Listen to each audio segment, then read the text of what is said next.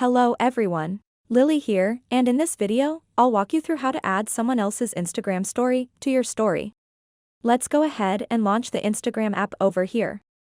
I'll go over several of the solutions with you.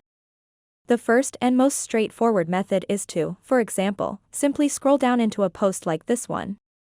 All I have to do to share this one to my story is tap the message icon above where it shows likes, then select Add Post to your story from the menu, and that will add this same post to your story.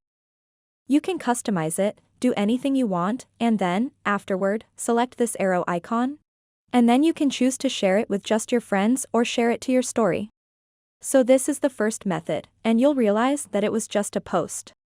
What if you only want to share a story to your story? That might be more tricky, so it varies depending mostly on the story. Well, if you open this story and hit the three dots, you'll notice that you could share it, but somehow it won't give you the choice to share it to your story.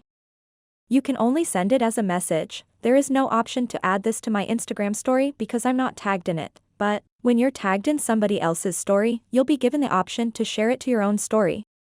When you're not tagged in, I suggest capturing a little screenshot just like this, which is exactly what I did. So that's the screenshot of the story.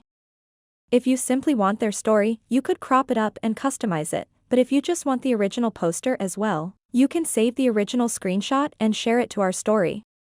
You can save that screenshot to your gallery, swipe over here, and select that screenshot, and I can then simply share that to my story. So, to summarize all those methods, you can share posts quickly and easily.